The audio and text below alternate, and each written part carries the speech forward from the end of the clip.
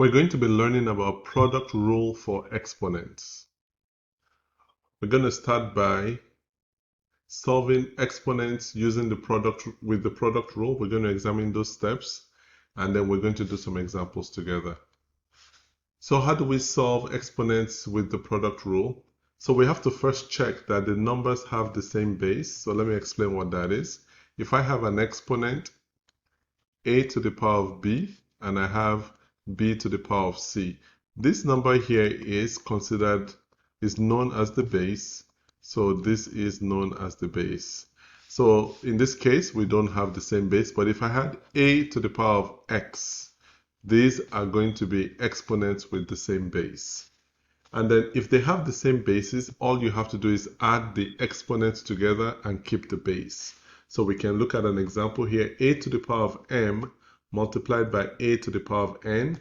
You can see that we keep the singular base and then we add the exponents. So let's do some examples together.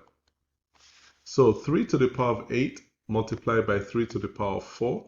This is going to be the same as 3 to the power of 8 plus 4, which is 3 to the power of 12. 6 to the power of 9 multiplied by 6 to the power of 10. This is going to be 6 to the power of 9 plus 10, which is 6 to the power of 19. And then we have 7x to the fourth power multiplied by 3x to the third power. So we can see here, this is actually the one that is affected by the base. This is the base of the exponent.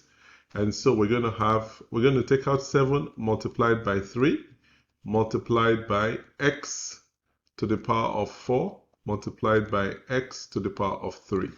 So this is going to give us 21, and then we have x to the power of 4 plus 3. And we're going to end up with 21x to the power of 7.